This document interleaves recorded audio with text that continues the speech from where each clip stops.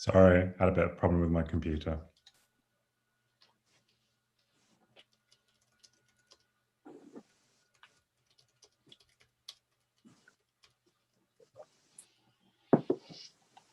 Andrew, the title on the video is How Scotland Got Its Borders, Bruce Boomy, from the Restream. I don't think we can change it now. I think we just have to live with it. Hold on.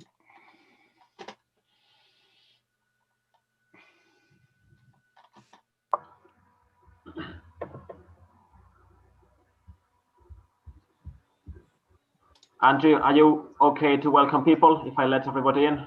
Yep. Okay.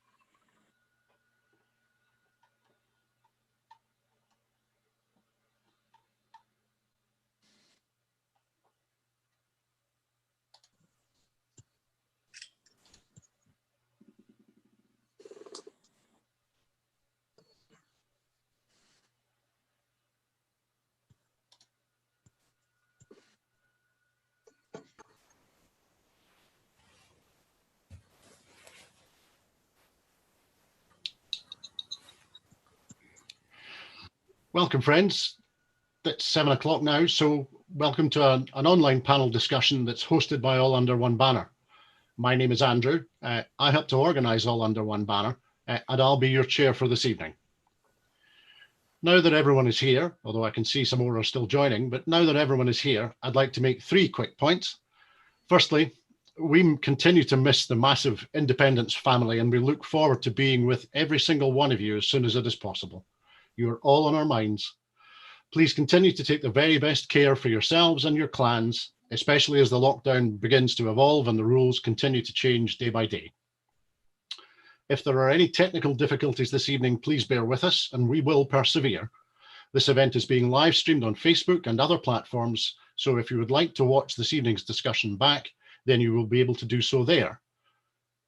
If there are any issues with interruptions from people who want to disrupt our discussion, this is after all a public meeting, then we apologise in advance.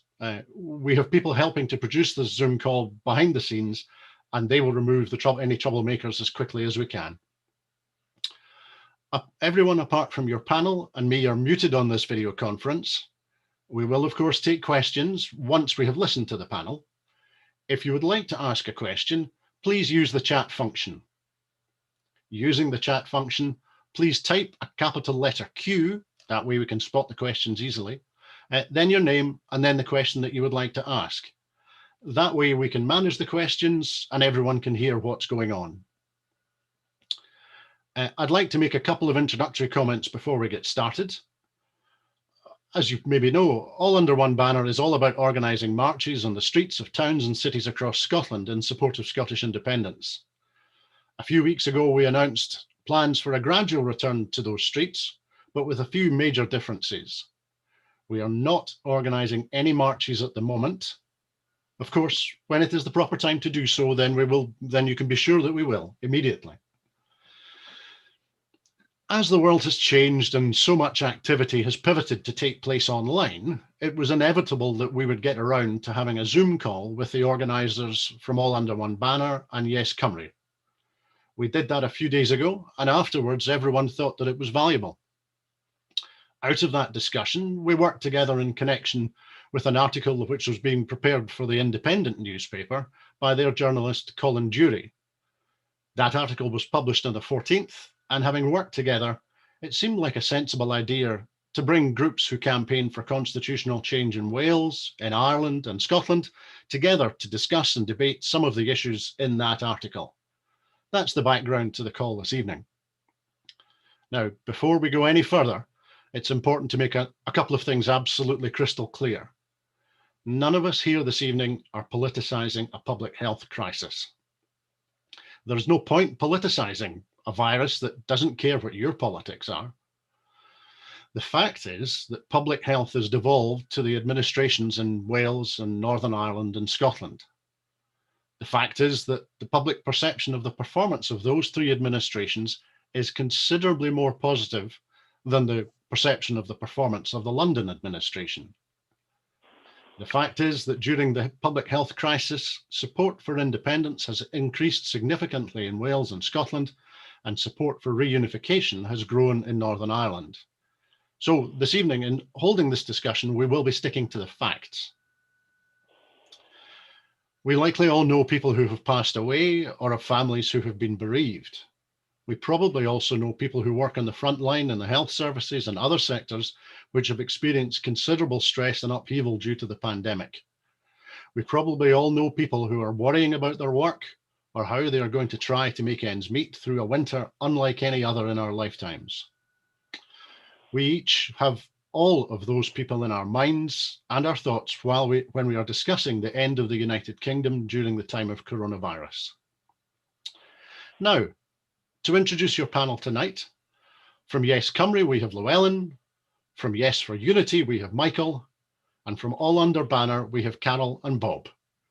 Good evening to each of you, and thank you very much for agreeing to take part in this evening's panel. Can everybody hear me? I think we should try and unmute Llewellyn and Bob and Carol and Michael, and we can let them speak, and that should work. It's great to see everybody, and thank you for offering to help this evening. Now, I mentioned the article that Colin Drury wrote for The Independent, and which was published on the 14th. In that article, Colin wrote, independence movements in both Scotland and Wales are seeing huge surges in support as an apparent consequence of COVID-19.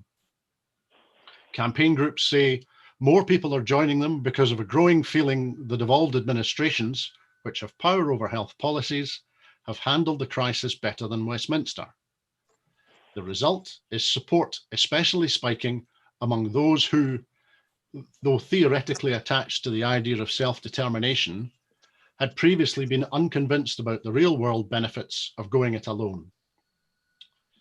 So, to begin this evening's conversation with the panel, I'll ask two things. Firstly, when we go to you, first of all, if you'd like to explain a little bit of the background to the group that you're representing and where you are, that would be great. And then if you'd like to have a think about the first question that crossed my mind which was, in light of what Colin Drury wrote, are the groups that are represented here this evening actually seeing surges in support? So if we do this alphabetically for a start, I think the first name alphabetically is Bob. So Bob, firstly, a little bit about All Under One Banner if you wish, or Carol can do that. And also, do you think we're seeing a surge in support for independence at the moment? Yeah, I mean, I'll deal with the first question quickly, and Carol can maybe fill it in as well. I mean, All Under One Banner has been going for quite a number of years now, in actual fact. It started off as a small demonstrations around Scotland, and it built up over a period of years, I think, as ordinary people in the independence movement felt that they needed to demonstrate the need for the continuing support for independence, culminating in demonstration in Edinburgh, end of 2019, over 200,000 people in Scotland, which was a huge number in terms of the representation of the actual society in Scotland. They're talking 5 million people, so 200,000 on the streets. If that was at a national level, you'd be talking way over 1 million if you were talking about the UK Parliament. So that's, briefly, I mean, Carol can fill it in, but there's a lot of work going on in the background with individuals who've been involved in it. Are we seeing a surge in support due to coronavirus? I think, well, if you look at the raw figures, and it's quite interesting. We're now in a situation where 58%, and that's a record number of people in the last Ipsos Mori poll, have shown support for independence. According to John Curtis, that's the 9th poll in a row since June, in which a significant majority of people so have shown support for independence. If you go back to 2013, before the 2014 independence referendum, it was probably sitting at about 30%. After the 45% vote in favour of independence in the 2014 referendum, it's never really gone below that, I don't think, and has gradually creeped up over the years to the situation we're in now, and it's undoubtedly taken a huge boost as a consequence of the coronavirus crisis. There's no doubt about that. It's not the only factor. I think there are other factors involved as well, but it's undoubtedly, and the reason for that are quite interesting, I think. And I'll briefly say what I think they are. I mean, first of all, people in Scotland have looked at the UK government, the Johnson Tory government, and looked at it and seen what a total disaster it has made of dealing with the coronavirus crisis. It went into the lockdown far too late. It punted the whole idea of herd immunity, though it denies it now, initially. We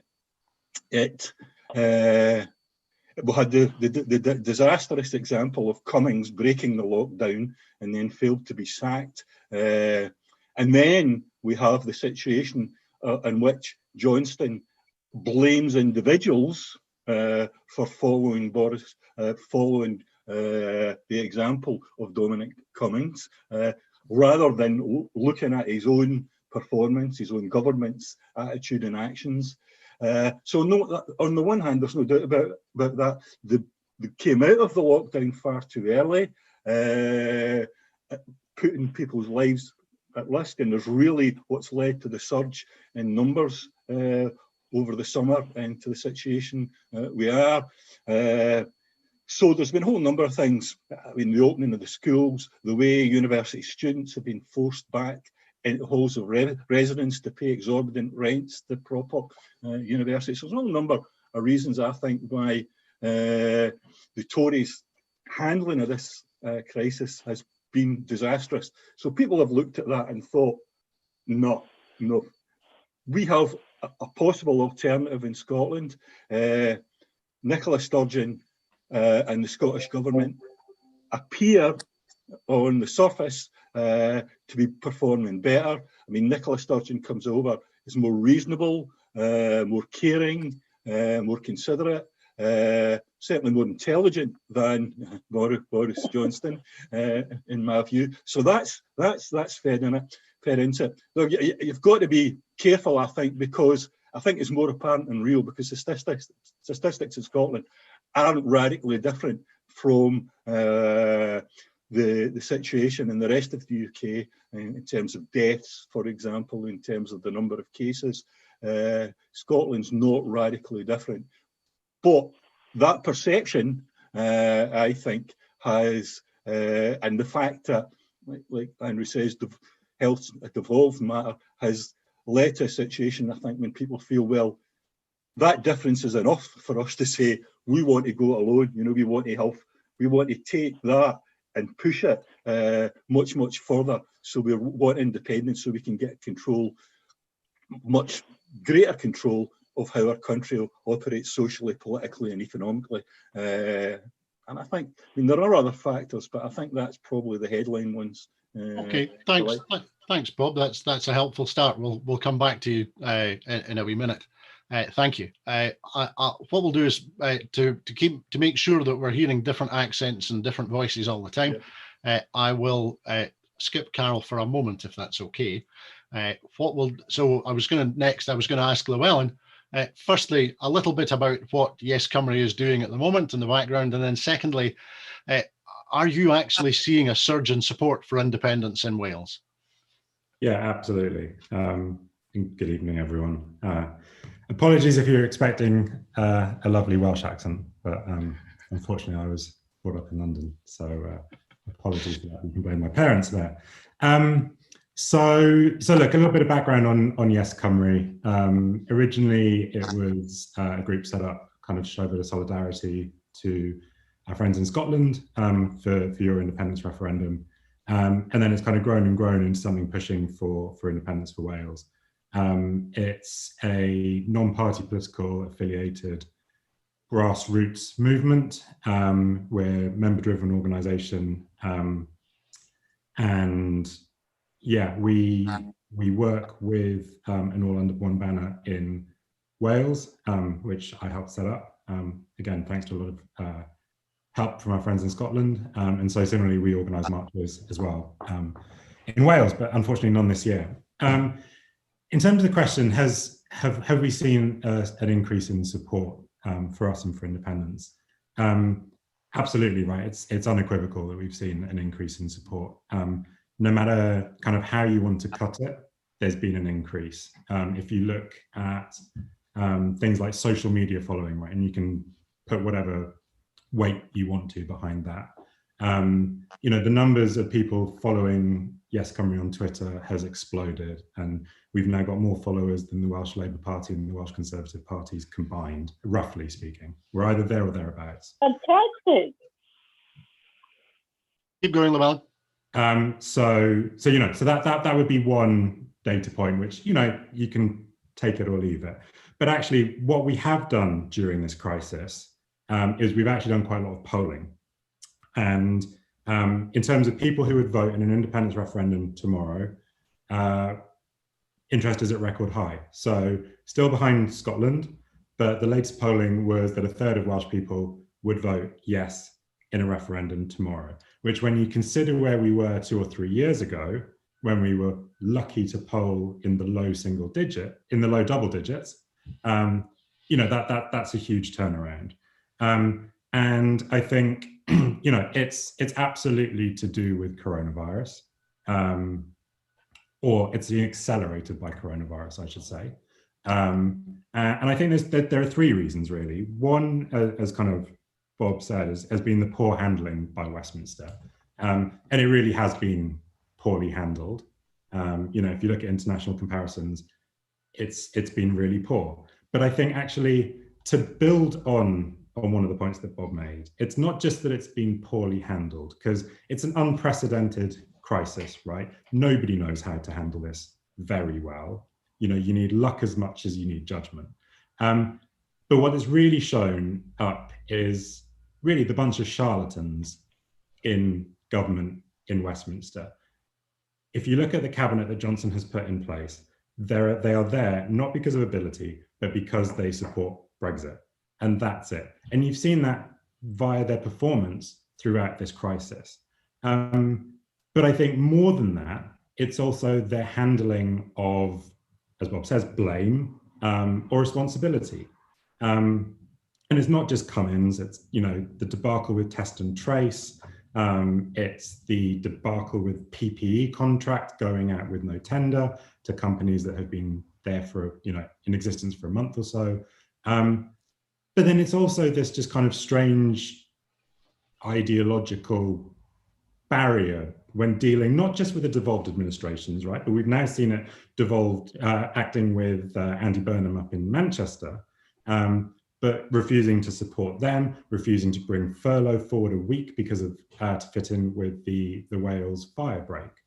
So I think that's the first point, is the really poor handling. But the second point is the comparatively better handling of the devolved administrations. You know, I've seen obviously much more about it from Cardiff than I have in Edinburgh or in Northern Ireland.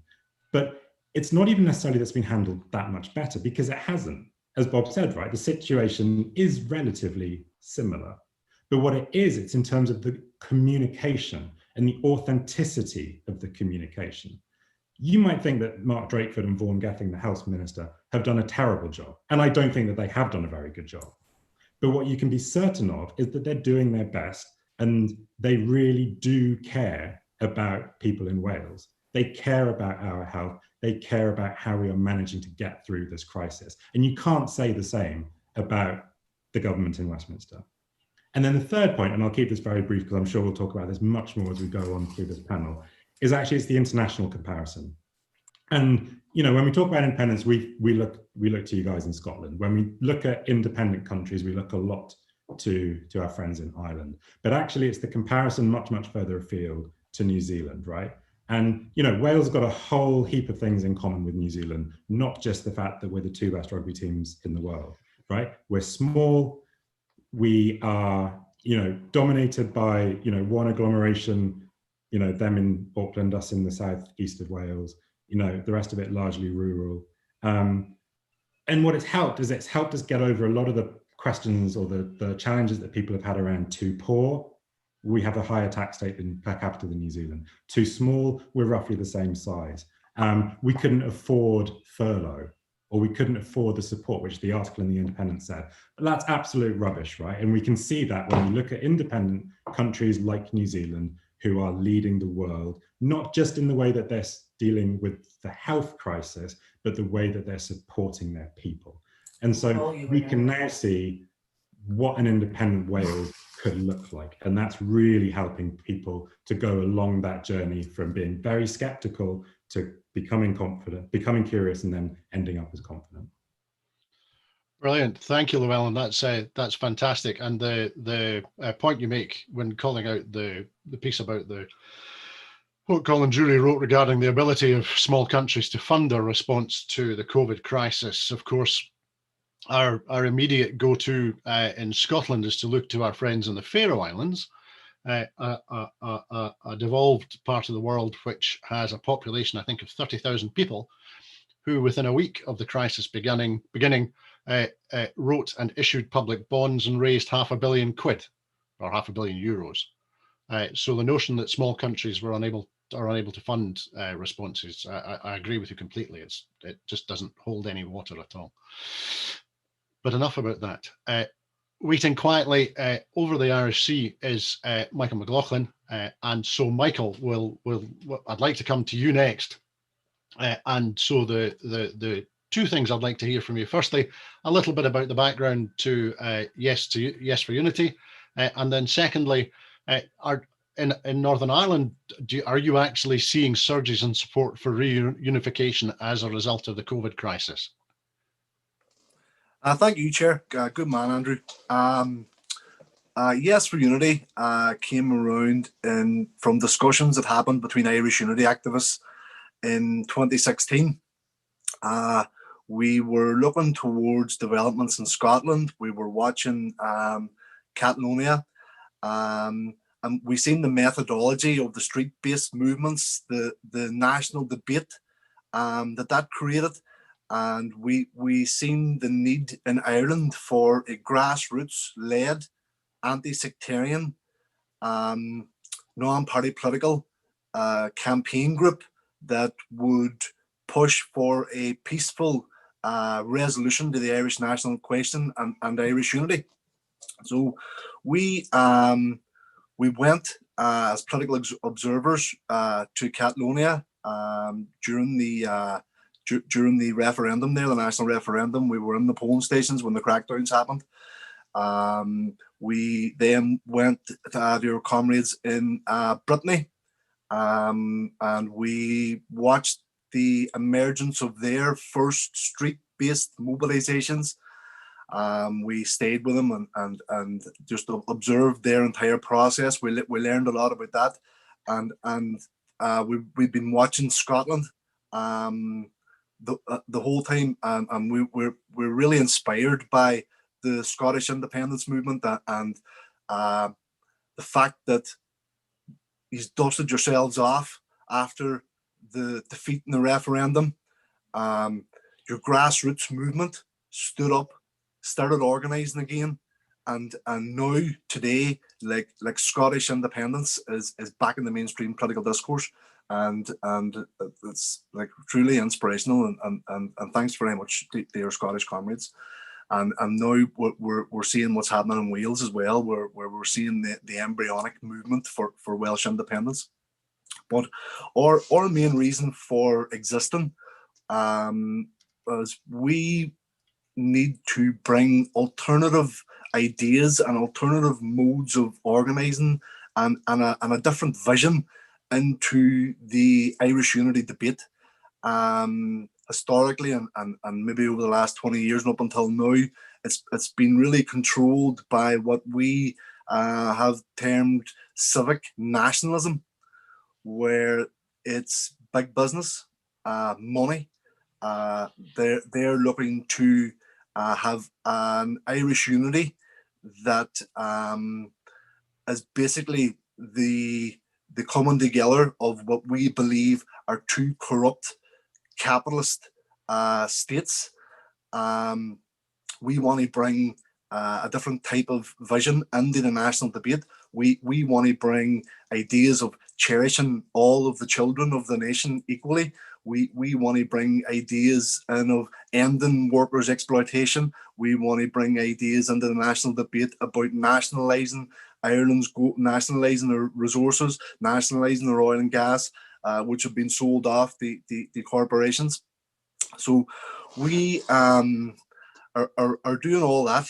But unfortunately, this year's plans for the large mobilisations, we had planned 4 large mass mobilisations after our first mobilisation, in very successful mobilisation in November 2019, where thousands and thousands of people marched across the border and the town I'm from here, from Donegal and the Tyrone and the Strabane, and held a huge rally.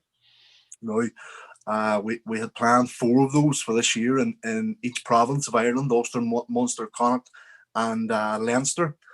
But due to the pandemic, we've had to postpone those plans. But as our comrades in All Under One Banner were saying, like, we'll be immediately on that once we believe that the risk to public health has been lowered.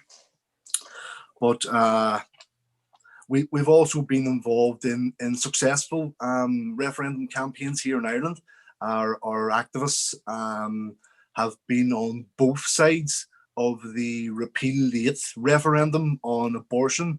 Myself, I was campaigning for a yes vote to repeal the 8th amendment to the Irish Constitution and allow abortions in Ireland. And thankfully we won that one, so and give women in Ireland the right to choose. So we have experience from that referendum. We're looking at Scotland. We're looking at that, even the Basque Country, the Breton Country, the Catalans, how they're all moving towards referendums for independence. And we think that it's hugely significant that the Irish and the Scottish and the Welsh movements are beginning to have conversations, share methodology and experiences. And I think that historically, for a long time, there have been a lot of dark forces that have been trying to keep us apart and keep us from talking. But thankfully, it looks like that we're going to continue. But back to the question, Chair. I rambled on about there. All right, like there is growing support for Irish unity due to the COVID-19 pandemic. Like whenever the pandemic kind of moved up a gear in March, it created an immediate political crisis in the north of Ireland, on top of the existing political crisis due to Brexit. We were watching what was happening and the language that was coming out of London, herd immunity. They were going to let it run through the population. So people here, where I'm from, and along the border counties in Ireland, have a healthy mistrust for anything that's coming out of London.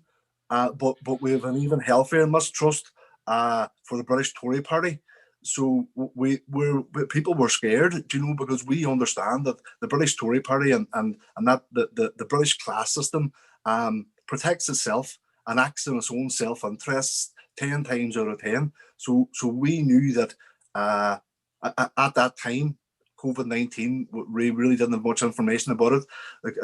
So we looked towards Dublin. We looked at the language that was coming out of Dublin. Dublin were trying to have a more kind of conventional European approach to the pandemic. So the border counties in the north of Ireland, Tyrone, Derry, Fermanagh, Armagh, Down, began shutting down in line with the regulations that were coming out of Dublin. Shops, pubs, businesses, the society ignored London and shut down in line with the regulations that were coming out of Dublin, but because we knew that the British government didn't care about here. Do you know what I mean? So in early April, in the main unionist newspaper here, the Belfast newsletter, they quite correctly deemed what was happening was a nationalist coup in the north of Ireland, where we shut down ourselves and we forced the Stormont executive to act in line with Dublin. No, and this was the people them thought that like teachers, doctors, business people, normal people in the community, everybody. There was a massive buy-in, and people just decided themselves, here, listen, we're going to shut down. So, and unionism called it a coup, quite rightly. But we are seeing huge leaps in support for Irish unity. Like you can look at opinion polls all day long, but if anybody's watching what's happening here, we're going to be having a census, the 2021 census, that's been carried out by the Northern Ireland Statistics and Research Agency. Now that the data from that census will be released in the summer of 2022. That data is believed to, for the first time ever, show that we've passed the tipping point, that there'll be a nationalist majority in occupied Ireland, and then that we hope will be one of the triggers that we need to pull in relation to getting a border poll called here. Michael, that's very interesting. Thank you. And one thing that just before we move to two things before we move to Carol. Firstly, for everybody who's listening to the call or who's watching on Facebook, watching on other platforms, or who's with us in the Zoom call, we've got some questions coming in. But everyone, please, you're very welcome to if as you're listening to the panel, please share your questions with us in the chat box. Put a capital Q at the front of your question so we can spot it easily, and we'll go through the questions as we proceed this evening. Everyone's view and everyone's input is very welcome.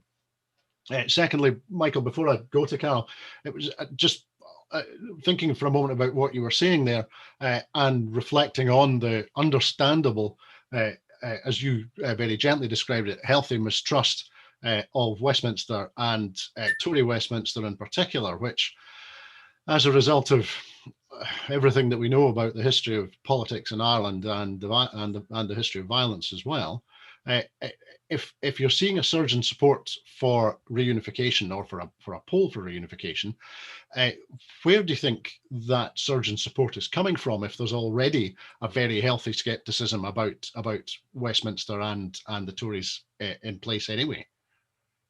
Well, we're seeing that traditionally unionist farmers, traditionally unionist business people have been looking at Brexit, and they understand how Brexit is going to affect them, and they believe that being part of the European Union will benefit them more. So a border poll on Irish unity is not. It's going to be about the reunifying the island of Ireland in one point, but it'll also be a point of the north of Ireland rejoining the European Union post Brexit. So like there's it's not anecdotal evidence, no, it's been publicised in the papers here about the swing from traditionally unionist people who would be pro-European, looking to vote for Irish unity, and that may be the 2 or 3% tipping point that we need to get the 50% plus one for Irish unity when the referendum is called. Perfect. Thank you, Michael. That's just great. Thank you for your response. And now, finally, we'll come to Carol, who's been waiting very patiently whilst we listened to all the other guys. Carol, maybe if there's anything else that you'd like to add about the background to All Under One Banner, and then the question that the panel's looking at, first of all, is are we in Scotland actually seeing a surge in support for independence as a result of coronavirus? Regarding All Under One Banner, I don't really have much to add for the time being. I mean, just to add that we've kept things going just now by changing our modus operandi. Regarding the COVID situation, I think in Scotland there's been a number of things. I think a surge might have happened without COVID because Brexit is galloping ever closer. And whether people were pro-Europe or not, I don't think they wanted to leave in the chaotic manner that we're obviously going to be doing. But I also think, our First Minister's had the daily briefings, and for the first time since we started campaigning ardently for independence, we've had quite widespread access to our own politicians, and we can see that they're, competent or at least appear to be more competent. But we've also we've had a chance to see all of the different devolved administrations behaving autonomously for the first time, I think. We in Scotland have been looking at Wales being a bit stricter on the borders and thinking, maybe we should be doing similar, or, so. Sorry, I've lost my track. Oh yes, and one of the, because back in June, the New Scientist published a piece saying that Scotland was on the cusp at that time of obliterating COVID. We had five cases, and New Scientist was Scotland could obliterate this if it went for England, because there were so many people coming across here in their camper vans and everything else during the lockdown period that it was getting brought in here anyway. So it was quite interesting that all these things have been brought to the fore, and we can see not only the powers that we do have, but the limitations to the powers that we have. Yes, of course. Thank you, Carol. That's ideal, and I'm very grateful to everybody who's that we've been around the whole panel now for the first time. So it's great to hear the different voices, different accents is one way of putting it, but the different voices from across the UK. What is currently the UK, and to see the degree of consideration, thought, and activism that's going on in every corner.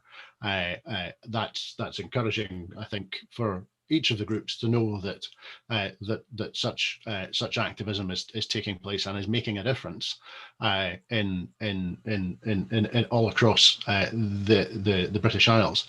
I think, Carol, your point about the daily briefing is a good one, and I'd go further. There's the ability to see our politicians in Scotland on a daily basis and being not cross-examined, that's too strong, but answering questions from the press. And we largely have a press which is either fundamentally antagonistic towards the Scottish government or is openly antagonistic towards the Scottish government. So seeing that dynamic every day, I think, has certainly made a difference. One other little thing about the appearance of politicians, one thing I think that made a difference here was that, or it maybe underlined the difference, was the occasion a few weeks ago where the Prime Minister spoke, or there was a broadcast from the Prime Minister, it wasn't live, at 7 o'clock one Monday night.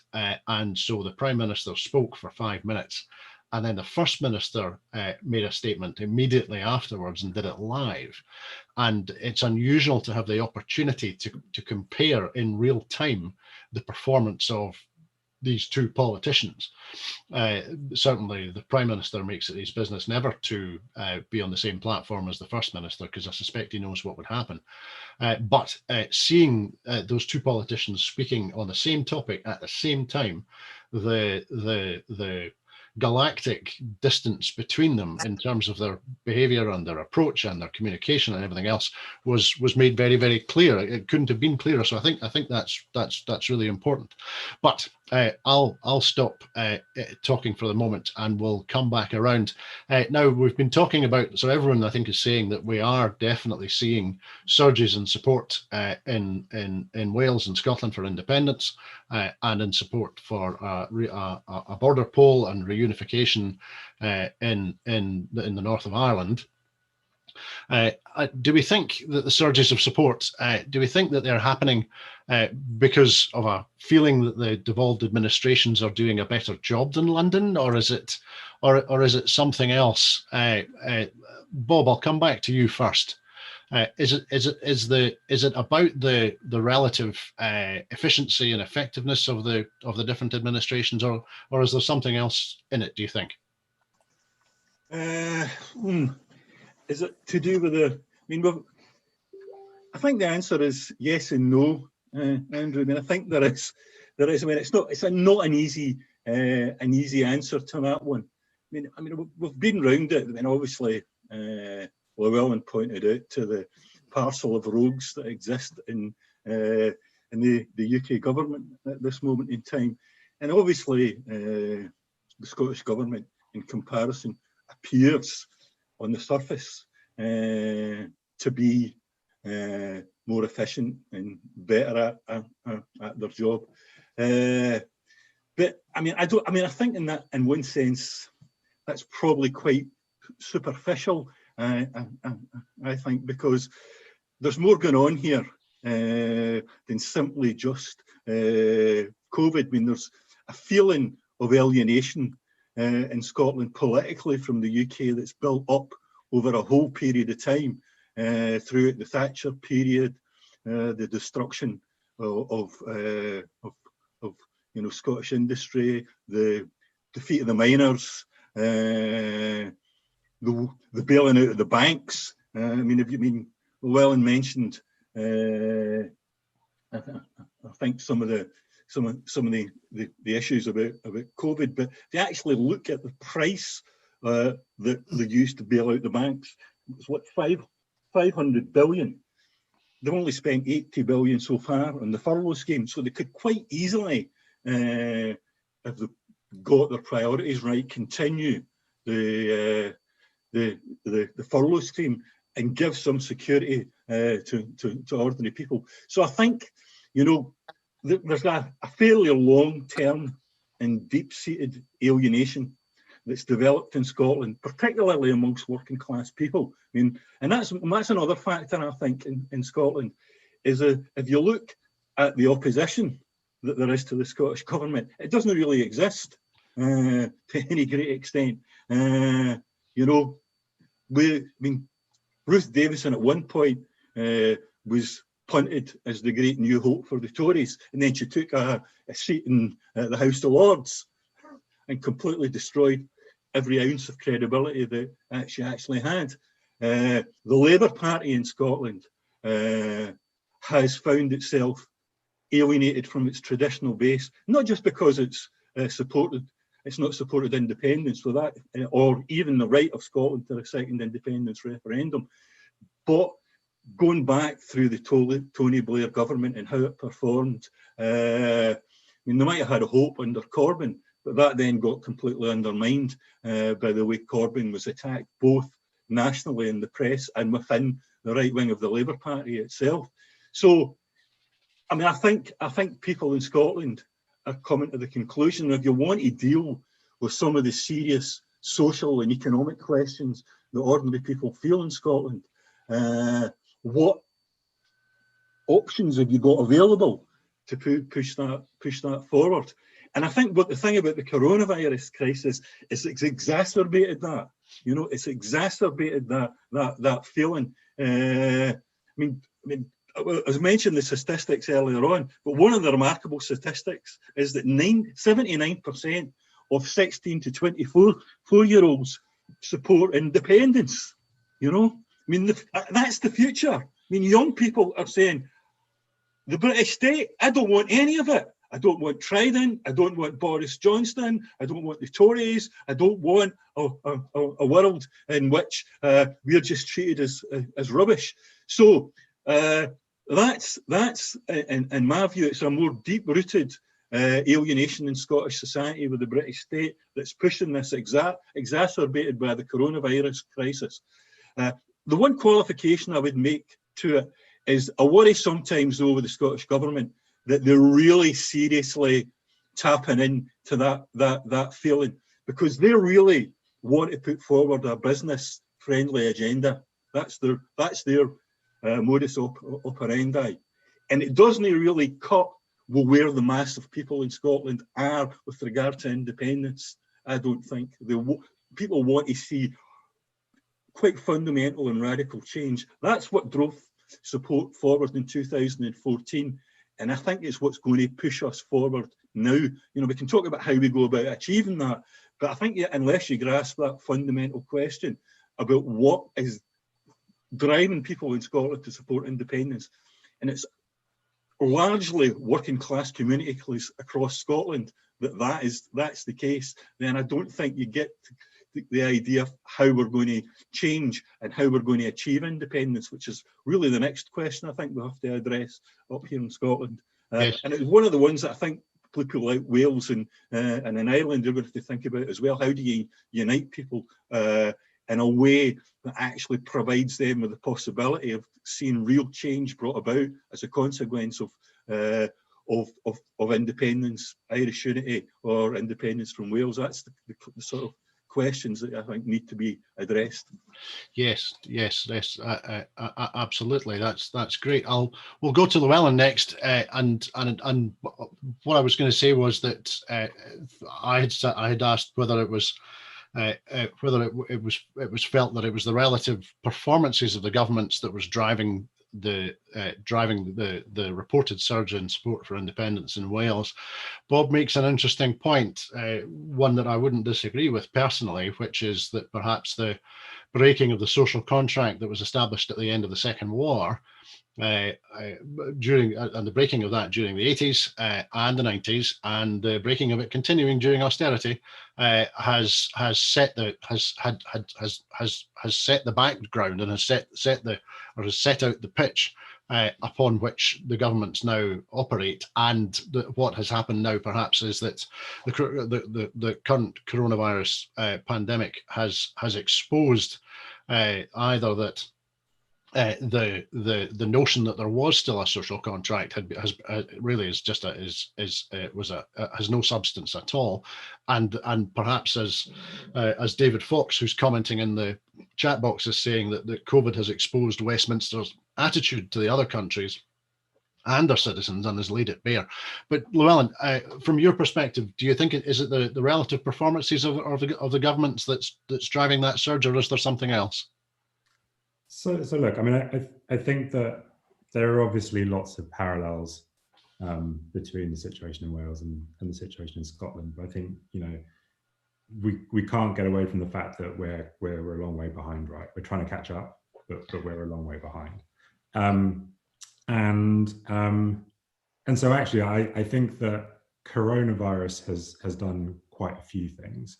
I mean, I think the first one in terms of the relative performance, it's undoubtedly the case, right?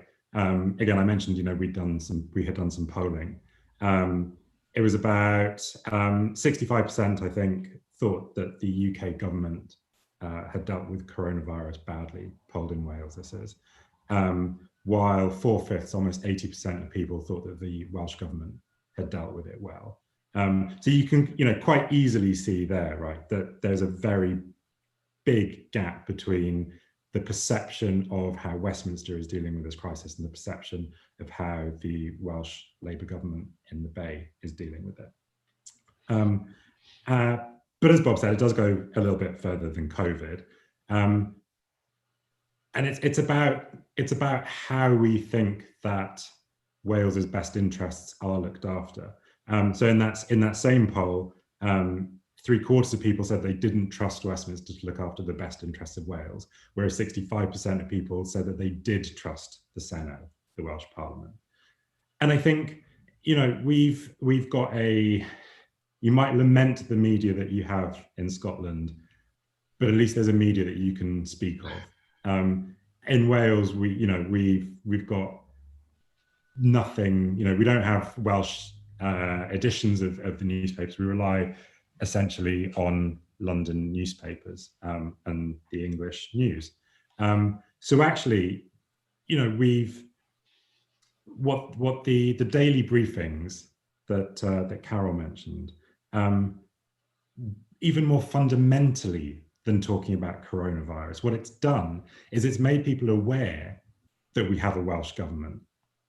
You know, and you might find that difficult to understand, but actually things like at that fundamental level, there's a huge breakthrough that people actually realise that there is an elected government in Wales that represents the Welsh people.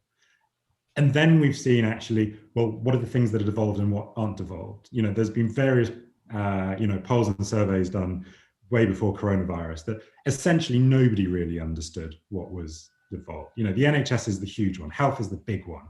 But before coronavirus, less than half of people understood that actually health was devolved in Wales. You know, I haven't seen any updated figures, but I can't imagine that number hasn't moved. So I think people are beginning to actually engage, probably for the first time, about the constitutional settlement.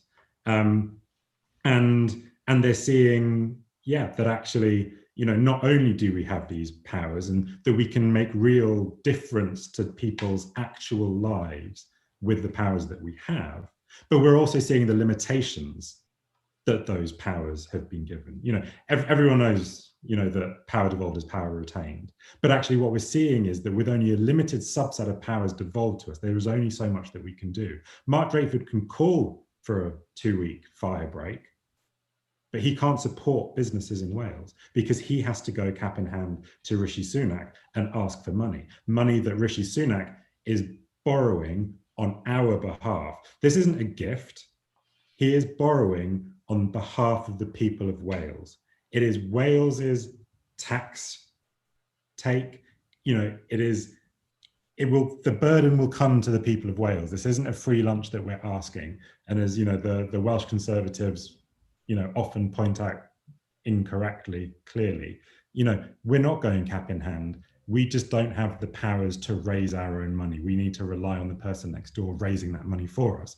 So I think, you know, it's while it has been to do with coronavirus, I think there's almost a more fundamental change in Wales, and that's the understanding of the constitutional settlement and the questioning of kind of where we are and the limits to that. And we see that, and I'll try and keep the rest of this brief, but, you know, we see that in terms of Welsh Labour, you know, a staunchly unionist party in government in Wales, but also that are willing to an extent, put that unionism to one side to put the interests of the people of Wales first. And, you know, in terms of the Labour Party, there's a surge in grassroots support of their supporters who support independence. It's now a majority of Labour supporters or people who voted for Labour in the last election who now support independence. So, you know, hopefully where the people lead, the party will follow. But yeah, I think coronavirus is important, but I think there's a more fundamental change in Wales that maybe has happened already in Scotland a number of years ago. Okay, Michael. Well, that's very interesting, in particular, it's very interesting to hear the benefits of the polling activity that you've been undertaking and the way in which it helps to inform the debate and the discussion. There are a couple of organisations that organise polling in Scotland as well, organisations which you would say are aligned to independence, and so it's very interesting to hear from Wales that's happening too. Now there's I'd like to go to Michael next, and I'm going to mix up the question a little bit. Sorry, Michael, because while you were talking, Bell asked a question for you, but I'll wrap it up a little bit in other comments that I'm seeing. So Bell had asked, for Michael, does Michael infer the media in the north of Ireland is reporting that unionist farmers and business people are changing their minds? Is this actually in the press? Is that news being shared? Bell is very sceptical that we would ever hear of that in the media in Scotland. And with that, and in the context of that, Ian Grant, I see comments very briefly saying that COVID has exposed the hostility of the Scottish media, especially BBC Scotland, as it's called.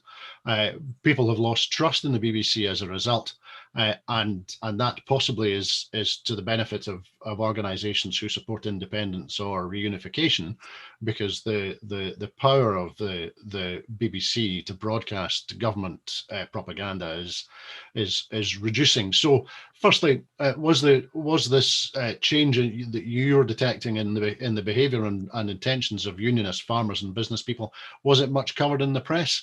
And then, if you'd like to then go on a little bit back to the question that the other panelists have spoken about, which is, is it a difference in the efficiency or the effectiveness of the administration in Stormont and the administration in London, or is there something else that's driving the rise in support for a poll and perhaps for reunification? Hi, just on the question that was asked, I would ask them to Google a guy called Ian Marshall. He's a large unionist farmer, County Armagh, in the north of Ireland, who was elected onto the Senate and the Irish government as an advisor.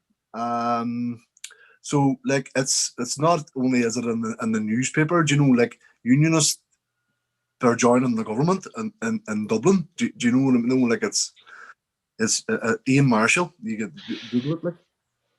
Okay, that's helpful. Thank you. But so that's a good point, and thank you for answering that point for Bell, who I'm sure is away googling for Ian Marshall just now.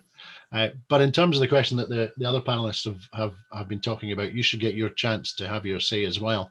So, do you think the surge in support for a border poll and perhaps for reunification in Ireland is being driven by the respective performance or lack of performance by the Stormont administration and the Westminster administration, or do you think there's something else going on here?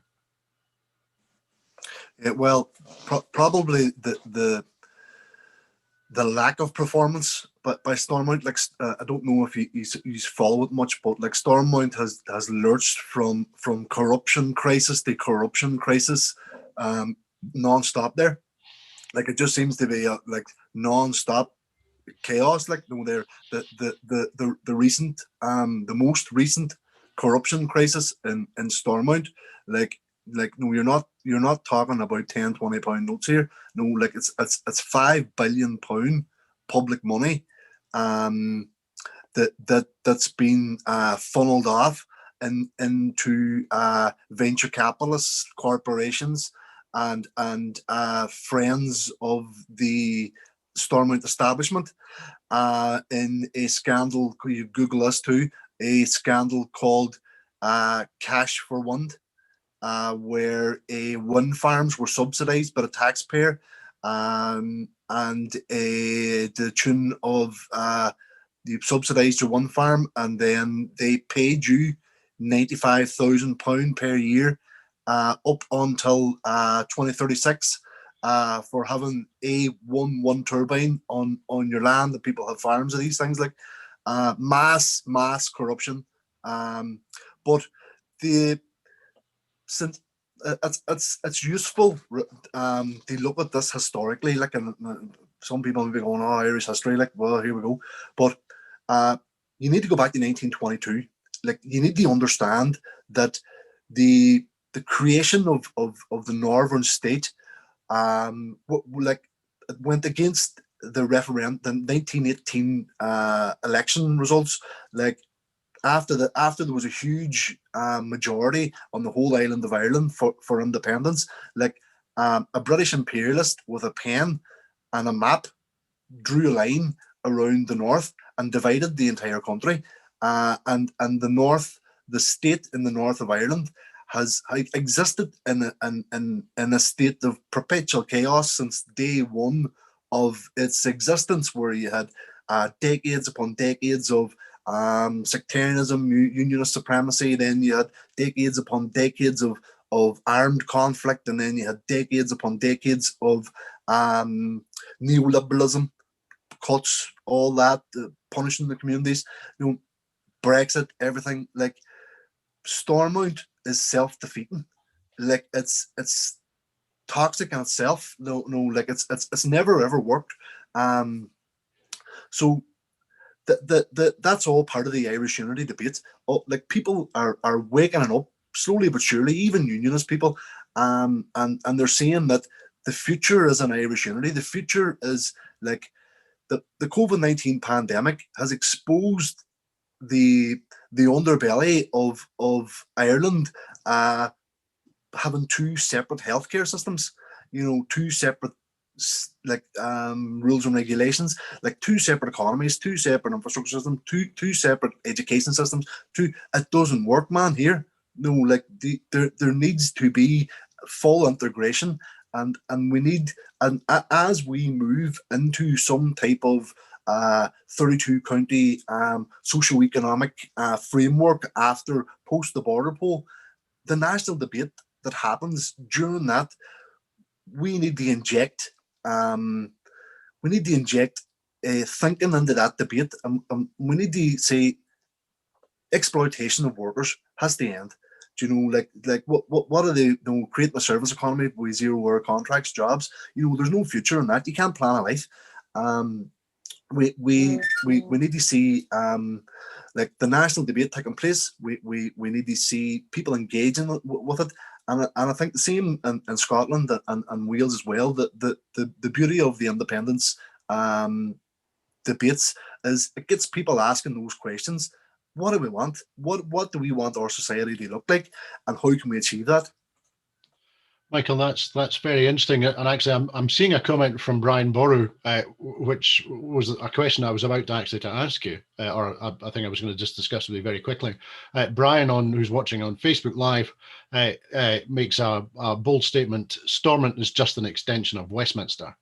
Now, I was going to ask you, in light of the events during the previous Conservative administration, with money changing hands between the Conservative government and the DUP in support for, in return for political support, and with Arlene Foster being the leader of the devolved administration in the north of Ireland at the moment, is it the case that actually people see Stormont as being an extension of Westminster, and there being in political terms no difference between the DUP and the Tories?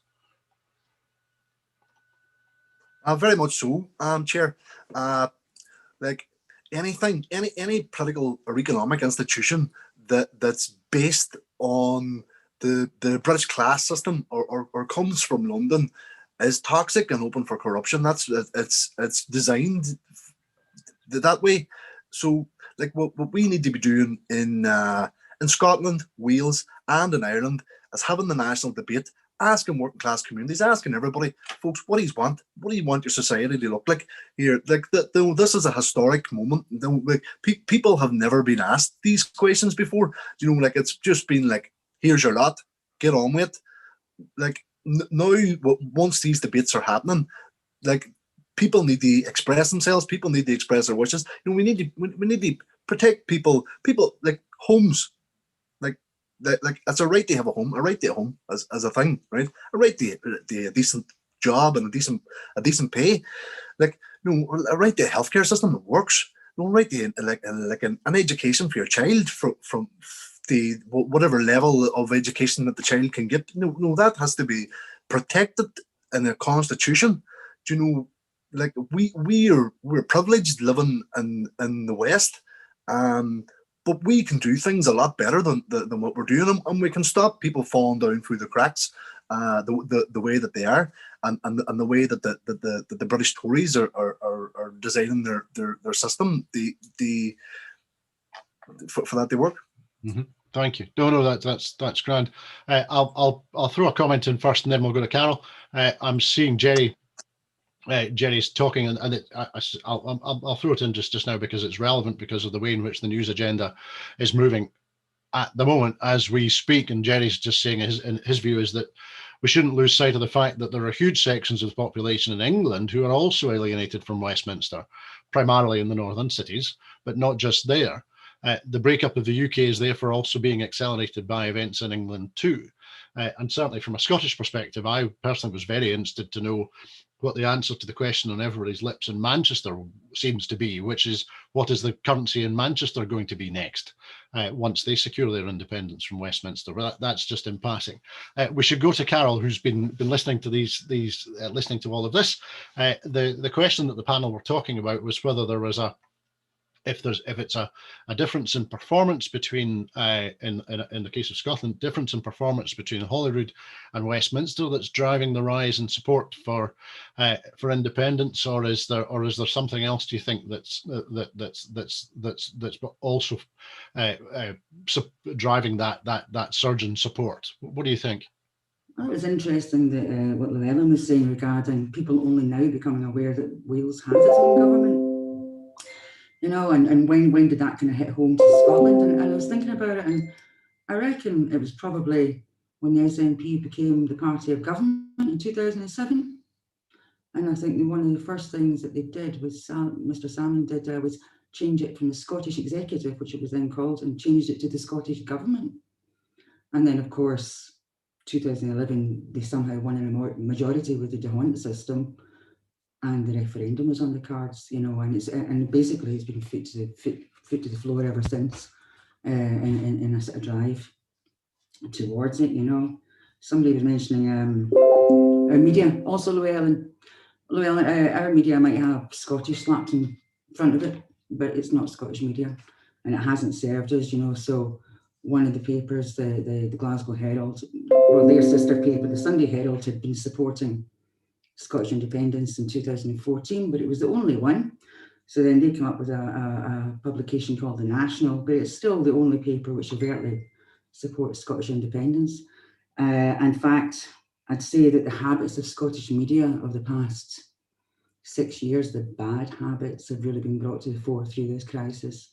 You know, where you know, the briefings are trying to be as clear and concise as possible. They're doing their job to you know, sow this, they're not doing their best to sow the seeds of confusion. It's almost like mischief, you know, but what if, you know. So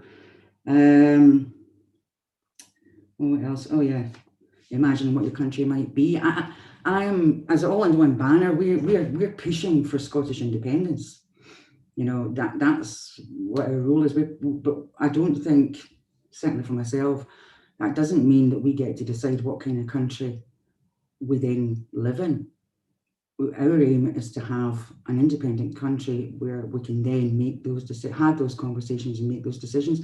Those conversations have happened in Scotland. I mean, there was a big event when the Scottish Executive was first established called Imagine Scotland. It was fantastic. There's about 300 people there from all across Scotland, Scottish civic society. And for the first time, their minds were unleashed. It was wonderful to see. Their minds were unleashed to imagine what could be achieved in a country like Scotland that was, you know, geographically and resource-wise quite gifted, you know. So people have asked these questions, but I believe that any ideals that we have, political ideals or economic ideals or ideals of social justice, we're always going to come into conflict with somebody else's ideals, you know. So I believe that for the campaign for independence, all of that, the vision for Scotland anyway, but that's not really the question.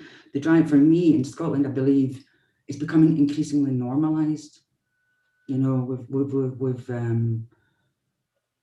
managed to shake off, I think we're shaking off the too wee, too poor, too stupid sort of psyche thing that's kind of sat over our country all of my adult life, and we're looking around us going, hang on, wait a minute, surely to goodness we can do better than this. So I just think it's a combination of things, but ultimately I think it's becoming more and more inevitable for Scotland. It just seems inevitable now. Well, that's an interesting point you make, Carol. I'll not touch on it this evening in particular, because it's not really the subject matter of the discussion. But in my conversation with Colin Drury when he was preparing the piece for the Independent that we spoke about at the beginning of the call, one of his questions was, well, it looks like independence and the breakup of the UK is inevitable. So why are you pushing so hard? It's going to happen anyway. Just don't sweat it and it'll happen. Now, unsurprisingly, I disagreed with him and explained why.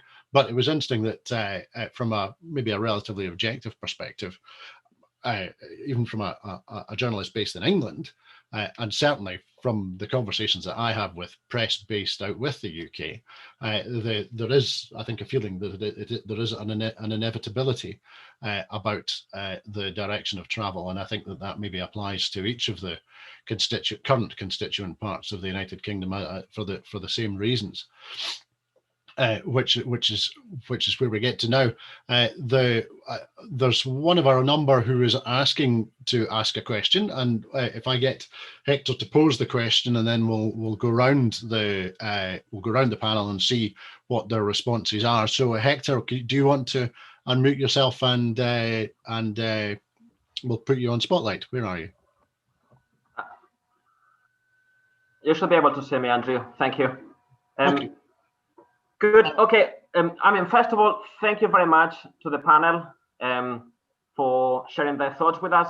And secondly, I just want to encourage everybody on the call to put their hand up and also ask questions, or say what they think about the discussion tonight, because this is what All Under One Banner is about. It's not about the big leaders, the great and the good. It's about giving a space to the thousands of independence activists who have been fighting to keep the momentum around independence going for the last few years.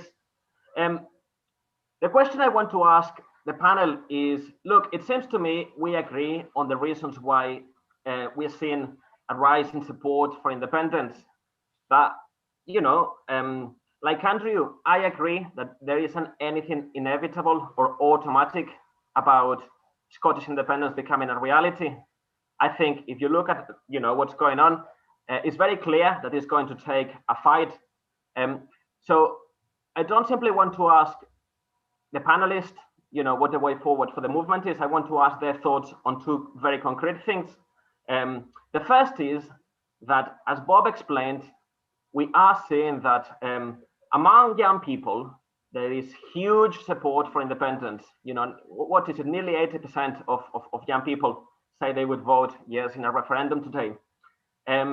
Those young people are the same people who, in their thousands and tens of thousands, have been joining the strikes for the climate in the last couple of years, who joined the Black Lives Matter demonstrations in Glasgow and other places over the summer.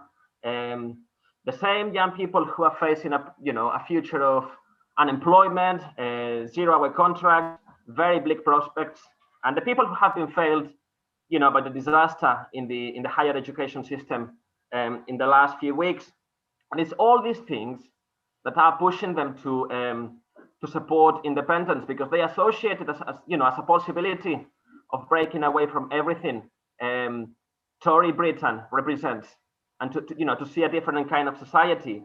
So it seems to me then, as a movement, we should be linking up with all these people and with these causes if we want to make independence as a project relevant to all these young people, and to prove in the here and now that independence can actually mean a radically different society to what we have now, and not just replacing one flag with another. So that's the first thing I would like to hear the panelists' thoughts on. The second one, just very briefly, is that, look, we are faced with the intransigence of the British state, which is one of the most powerful states on the planet still. We should remember that.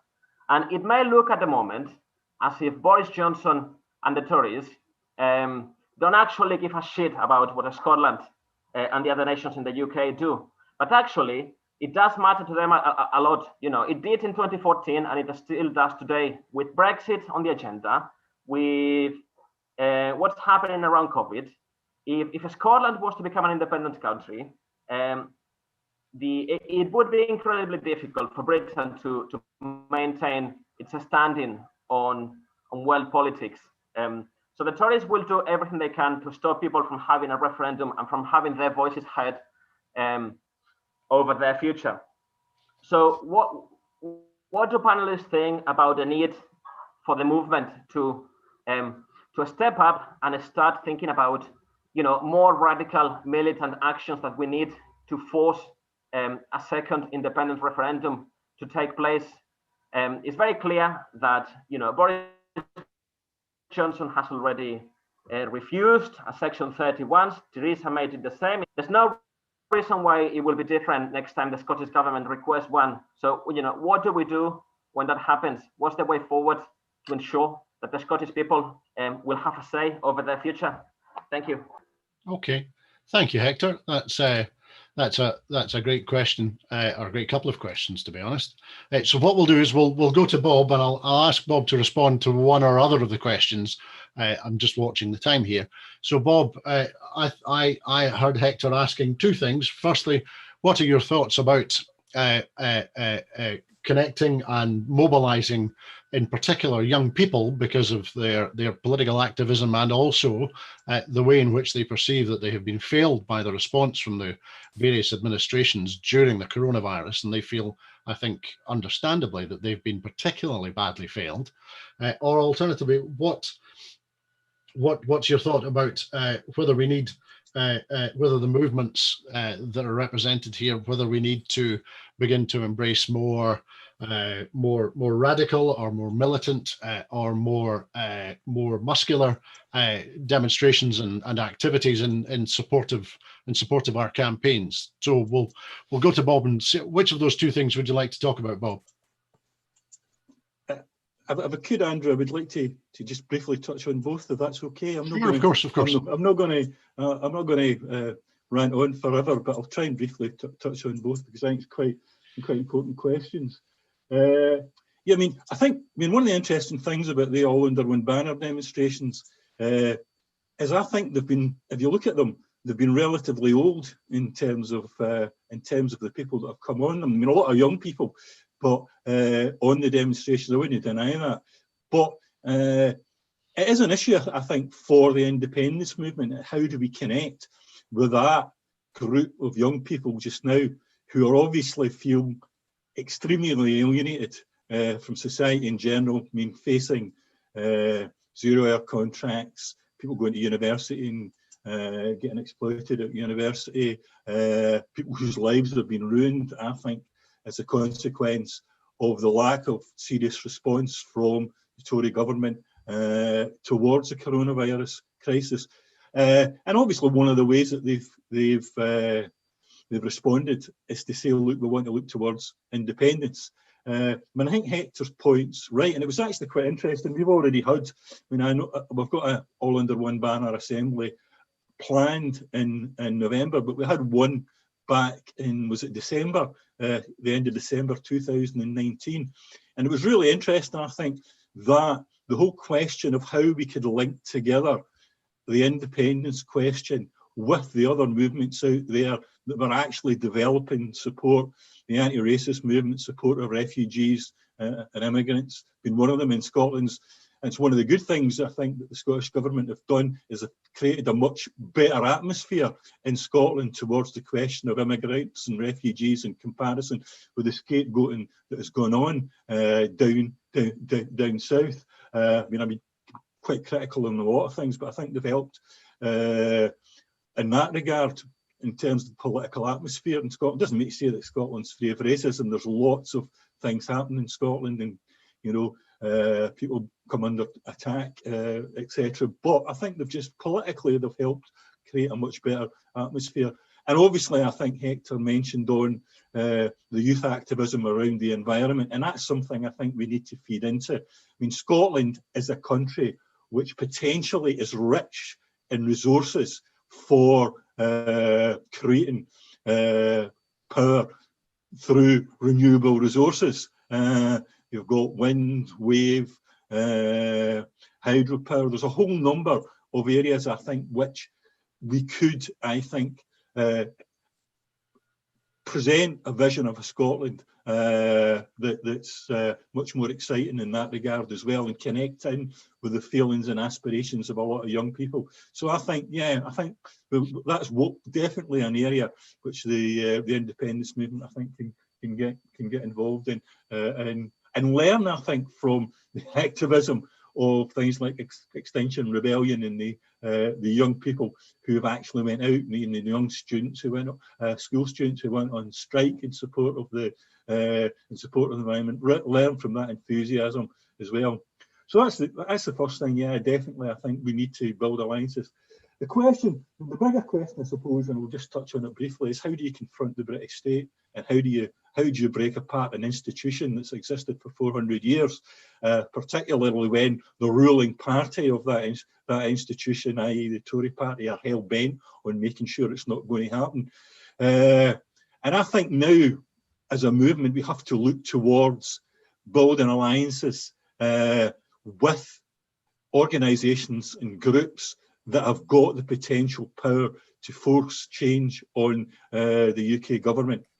Trade unions, for example. I mean, I know there's a lot of talk about trade unions maybe not being as strong as they once were, but there's an immense amount of power in there that I think you can tap into. I mean, the STUC is changing its position towards the support for a second independence referendum in Scotland. And towards, I mean, unions are moving towards the position now, particularly with the Tories bringing in the free market bill that they're bringing in, which is going to be a power grab and pull more power back into Westminster. So I think the building alliances really with groups of power, groups of people who have potential power to force the UK government into some sort of a concession. I think hoping that we get a Section 30 from a UK government, I don't think it's going to cut it. We can plead all we like, but I don't think it's going to happen, not in the foreseeable future, unless we take the requisite action ourselves in Scotland that, use the word make Scotland ungovernable, certainly from the point of view of the UK Parliament. I think, I mean, don't have an awful time, but we can start putting flesh on the bones of that. I mean, the All Under One banner demonstrations, I thought, show the potential level of actual support there is there, and the potential number of people who can be involved in things like civil disobedience, strikes, things like that, that would hopefully at some point in the future materialise in a way that would force the UK government into some form of concession, at least on the question of holding a second independence referendum. Yes, well, thank you, Bob. That's grand. I'm grateful to you for touching on both of those points. I'm grateful to you for doing it. Thank you. Well, let's go back to Llewellyn. If he's with us, my gallery just changed. Yep, Llewellyn's still here. Llewellyn, Hector's question was in two parts, or there were two questions in there. He was asking about should we and how we and do we engage with young people, given how activated young people are becoming at the moment, and also what do we do in terms of, as Bob put it, breaking up a 400-year-old union? Do we need to become more radical, more militant, more activated in order to give more weight and more force to the campaigning that we're doing? So look, I mean, I think the answer to both questions is framed a little bit by the fact that actually maybe there are some benefits for us in Wales being a little bit behind you in Scotland. It'll be upon you to force Westminster's hand, likely, before it comes to us. So we're hoping to follow on your coattails. I half joke, but no, I mean I think on the second question actually, there is something to be said about not interrupting your enemy when they're making a mistake. I mean, right now the UK is pulling itself apart. Westminster is pulling itself apart. These things change very, very quickly. If we were having this conversation 6 months ago, I think we'd all have been concerned that actually then there is probably going to be a pulling together of Britishness to get through this crisis, right? And we've seen the complete opposite of that. So, you know, not to come across as too optimistic, but I think actually, you know, a lot of this might play out as we would hope without too much push down the road towards militancy. I'll put it that way. And it's probably worth mentioning, right? I think I can't remember the name of the think tank, but suggesting that Johnson should give you a Section 30 order, right? And then should promise more powers. And, you know, hopefully all of my friends up north have learned from the experience last time that you can't really trust that. On the first question about kind of connecting with and mobilizing young people, I mean, I think one of the benefits of the way things are playing out at the moment is we're really asking ourselves what kind of society we want to be. You know, for a lot of people in Wales, which, you know, traditionally has been, you know, quite wed to the union, has, you know, traditionally voted Labour. I mean, we've never voted for another party, right? I think, you know, for a lot of people, actually, there is this kind of inherent conservatism about who we are. And now we're beginning to question actually what kind of society we want to be and why, therefore, independence is the right thing. Because I think, you know, we're beginning to have grown-up discussions about actually, well, it's not independence for independence sake, it's independence so that we can do things, and we can do things that we can't do or that are very unlikely to happen as part of a United Kingdom. You know, from a personal point of view, you know, if we could eradicate child poverty in Wales, which is creeping up from, you know, a third of children in poverty, close to 40%, if we could, you know, start increasing life expectancy again, given that it's been dropping over the past couple of years, well, actually, you know, if we could do all of that, well, the need for independence is lessened. But the reason I'm convinced by independence is because I don't think that that's possible within a British state. So I think, you know, when we talk about young people or things like Black Lives Matter or, you know, people who are concerned with the climate crisis, absolutely, because these things are all completely linked, right? You know, the Wales that I want to live in, and I'm talking about an individual here, not necessarily as, you know, Yes Cymru the movement, because, you know, we are a member-based organisation and people have different views. But, you know, there is no independent Wales if we don't tackle the environmental catastrophe that is currently happening. I don't want to live in an independent Wales if not everybody is welcome. You know, it's as simple as that. And so it's from a very pragmatic point of view, I think we should be, you know, working with or engaging with groups where there's topics about moral rights and wrongs, such as inclusion, diversity, climate justice.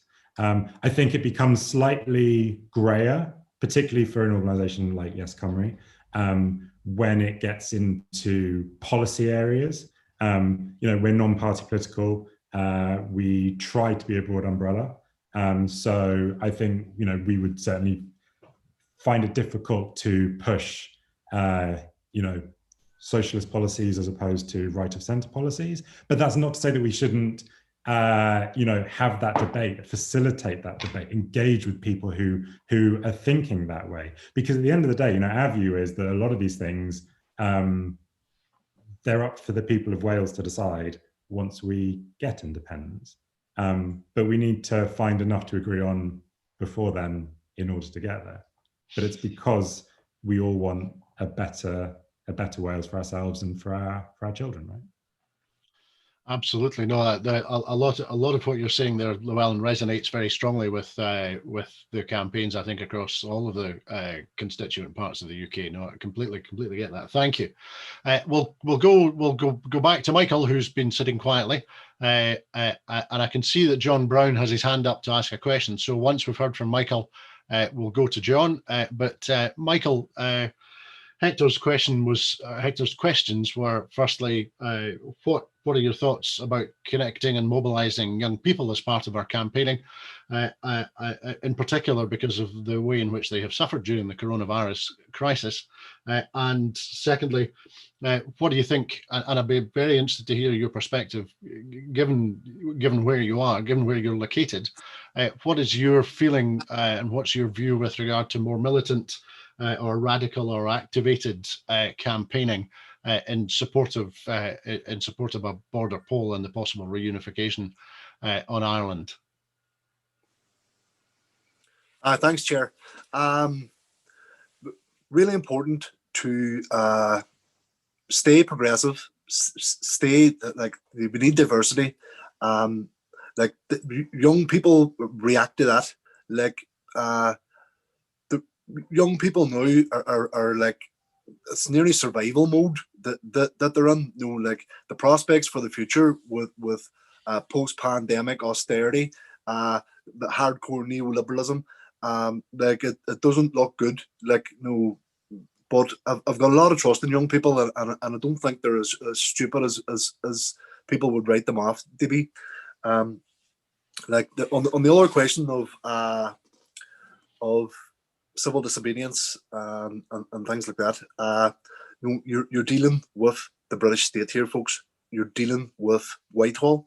Your constitutional change is a big thing. It cuts it deep at the heart of that establishment, and they're very powerful people.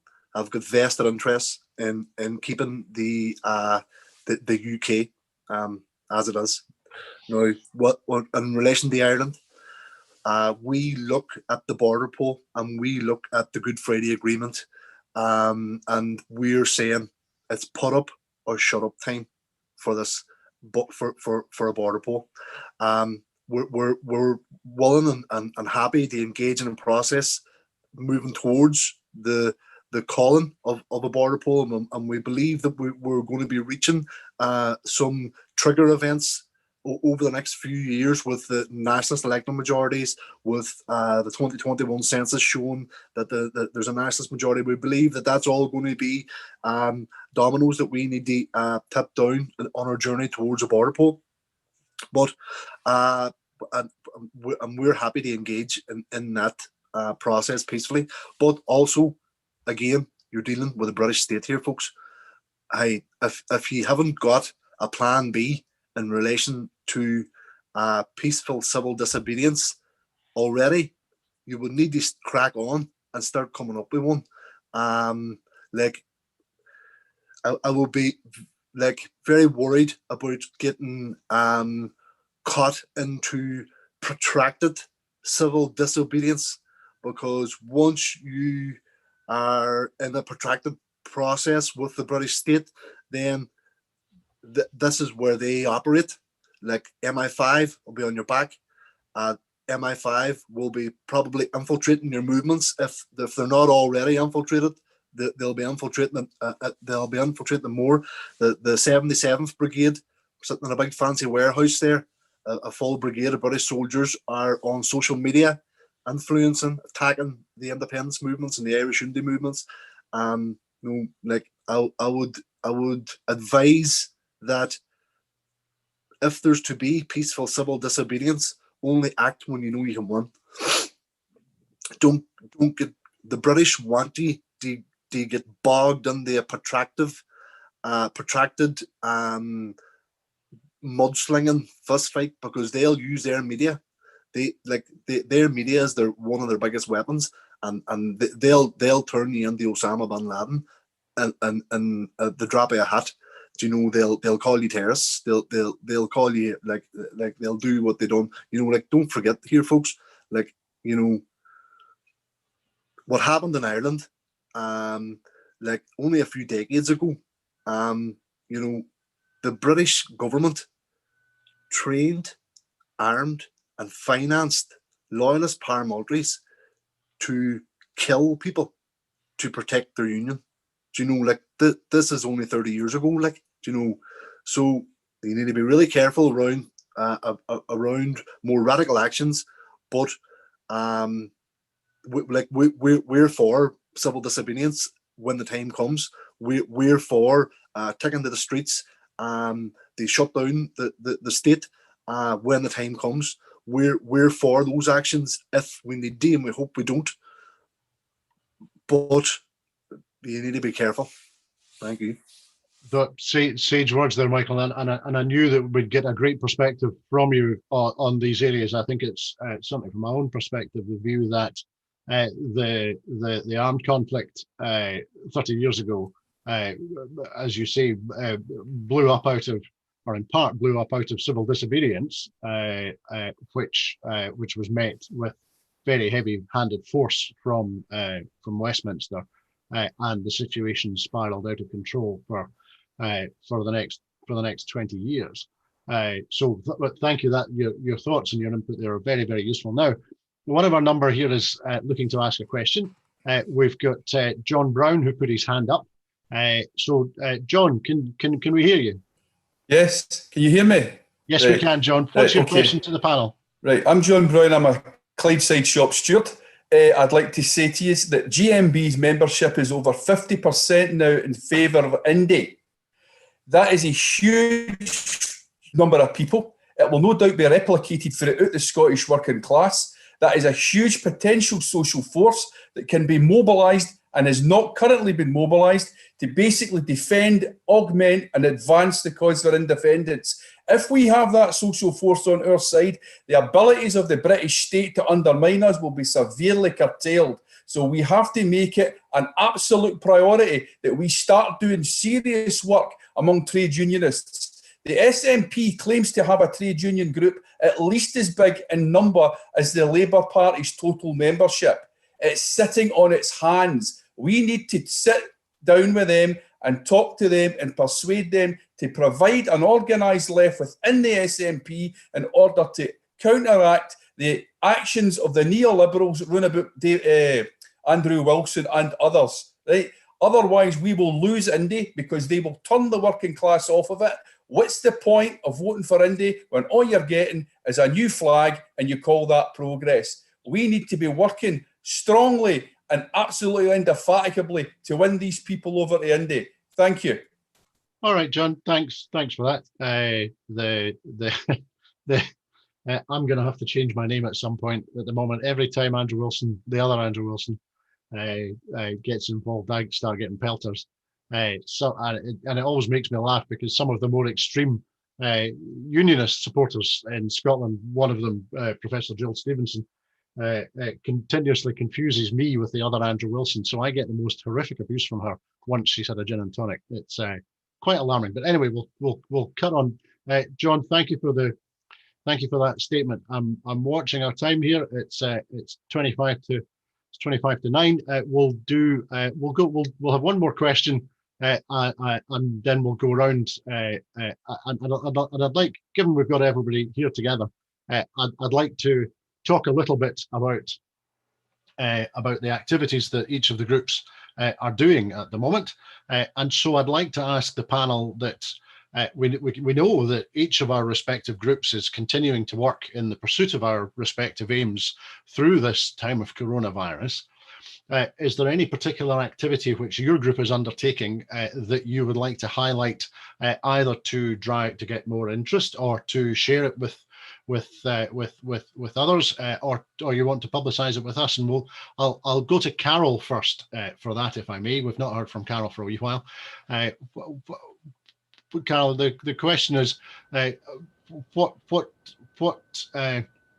what do you think? Which of the activities that All Under One Banner is pursuing would you like to highlight on this call this evening? I think I'd like to make mention of the rallies, the static rallies, which we are being very careful with. They are restriction compliant, but what they are achieving for is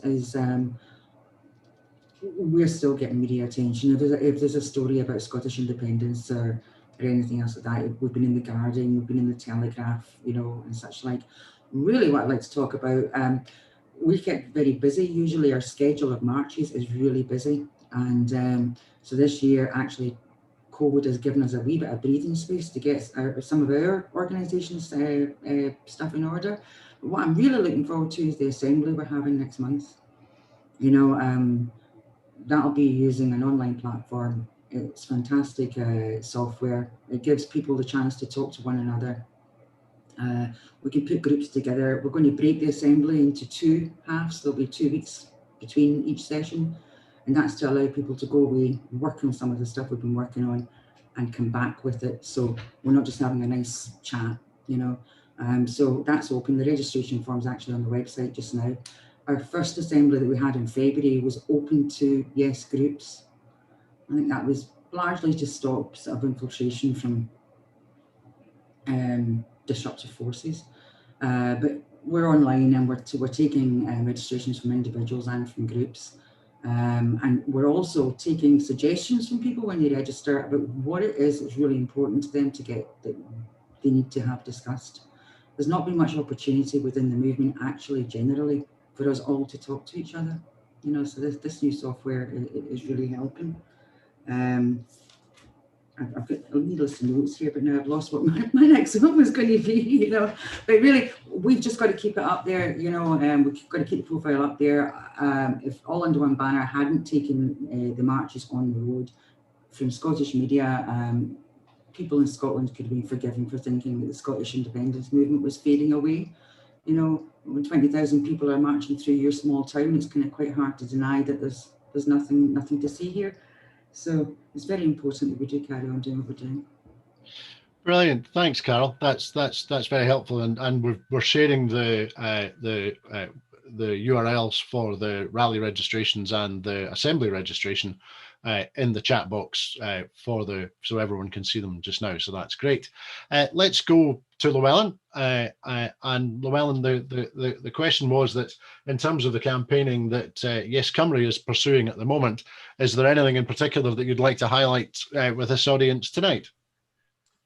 Yeah, so look, it's as we all know, it's been very difficult, right? You know, we were starting a series of successful marches, not quite 200,000 people, but we did get 10,000 in Carnarvon, and maybe more impressively, over 5,000 in Merthyr, which was hugely pleasing to see. I think, you know, this year has obviously been very, very difficult, and kind of, you know, to echo Carol, you know, we've been trying to do things, you know, maybe in the background, which people don't really see, to bring things on and to kind of almost professionalize the organization. I mean, we're all volunteers, but, you know, we're getting to a point where we need a level of professionalism.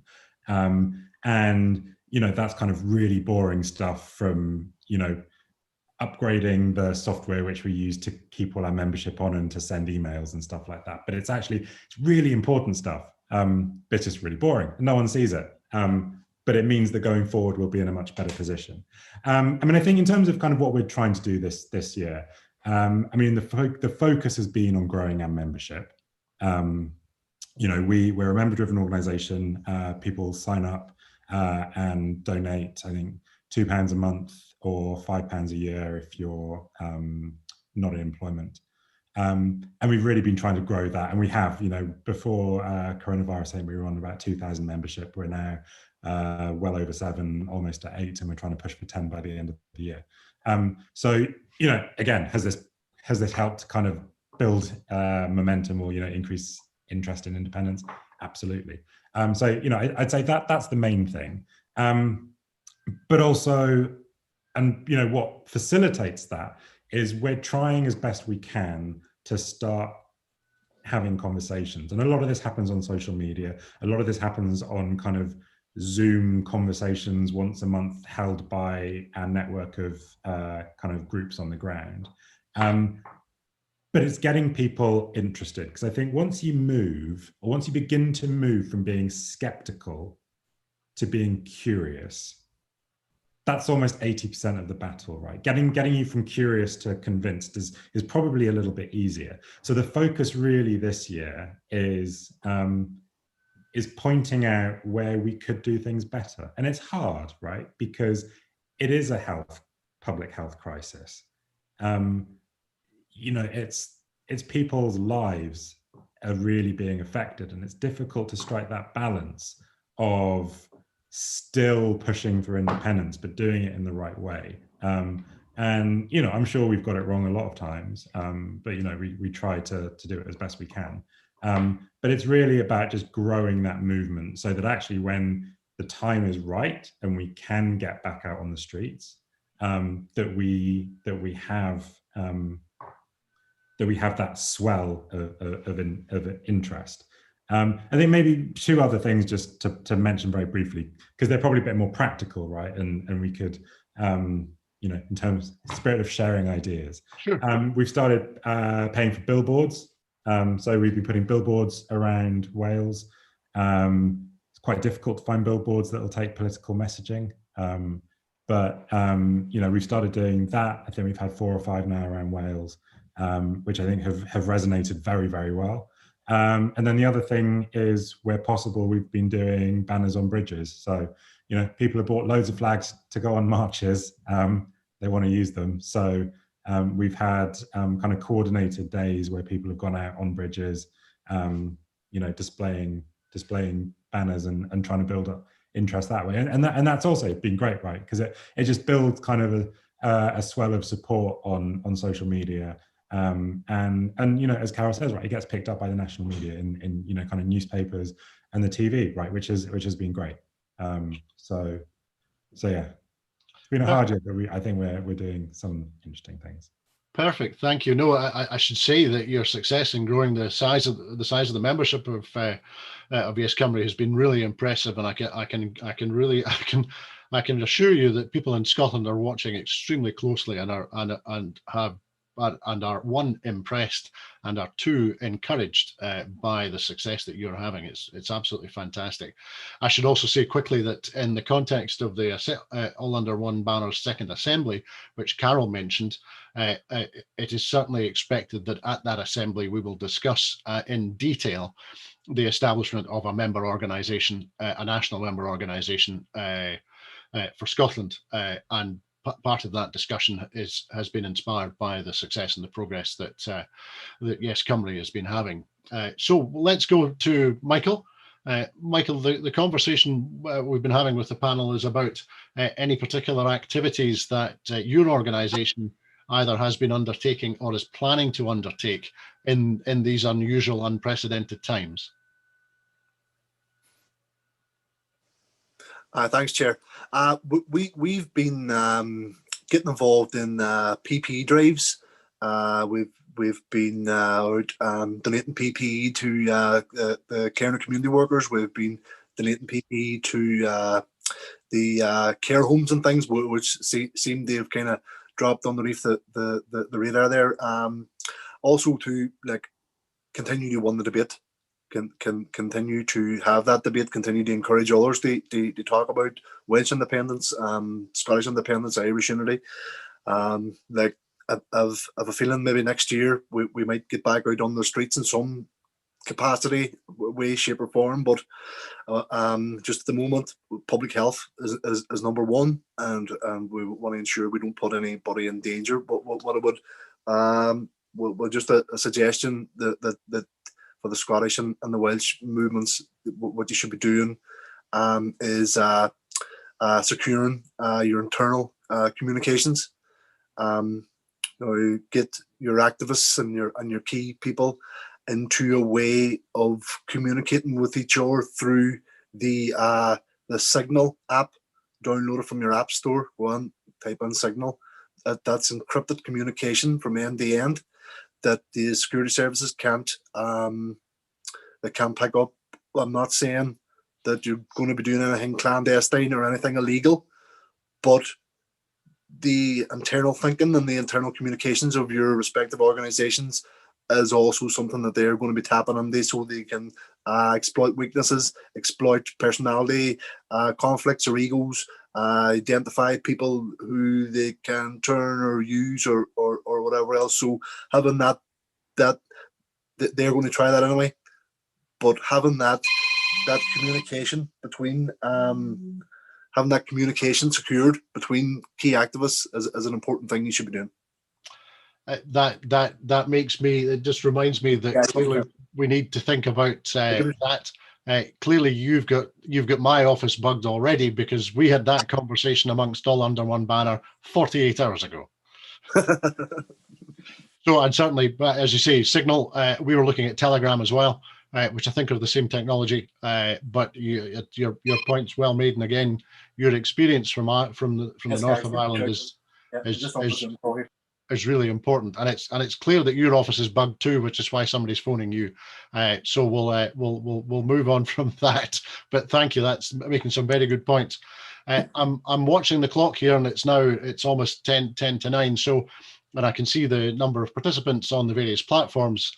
So I think what we'll do, is we'll draw the conversation this evening to a close. It's been an extremely positive and enlightening conversation. I'm going to float an idea with everybody that perhaps we think about doing this again, potentially quite soon, because the story that brought us all together here tonight is not going away.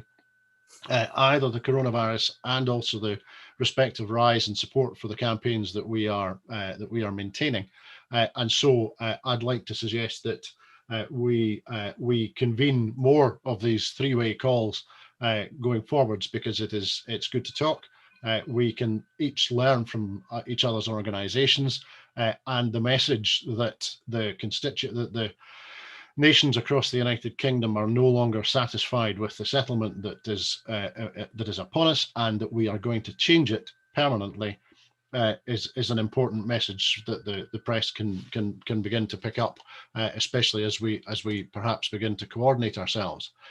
I've been delighted that the call this evening has gone really calmly. We've had no interruptions from anybody.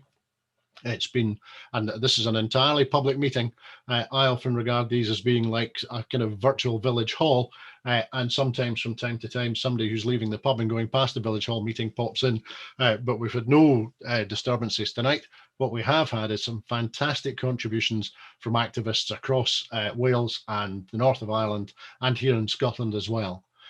I'd like to say thank you to Carol, to Bob, to Llewellyn, and to Michael for agreeing to all of you to spend your evenings here with us, and thank you for your insights, your thoughts, your ideas that we've heard throughout the discussion tonight. I can see from the comments both in the Zoom call and on the restreaming platform that everybody's really impressed and has been very encouraged by all of the discussions and your contributions. So I'm very grateful to you.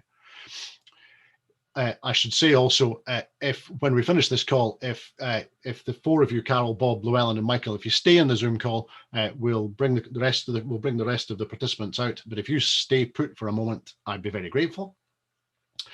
What I should also say is that each of our groups is persevering through the current adversity, and I know that everybody else is doing their best too. We're not going away, and we will continue to campaign for independence and for reunification. You will see a number of announcements in the press and online, and as you can tell, all of the groups are working away behind the scenes on plans for a number of things in the months to come. In the meantime, I'd like again to say thank you to Carol, to Bob, to Llewellyn, Michael. I'd also like to say thank you to Brian, Aaron, and Hector, who are working hard behind the scenes to make this call work. And of course, I'd like to thank every single one of you for joining us here tonight, especially those of you who asked such great questions in the chat box or live. For the meantime, however, we are Yes Cymru, we are Unity for Yes, and we are all under one banner. Thank you and good night. Diolch. Thanks.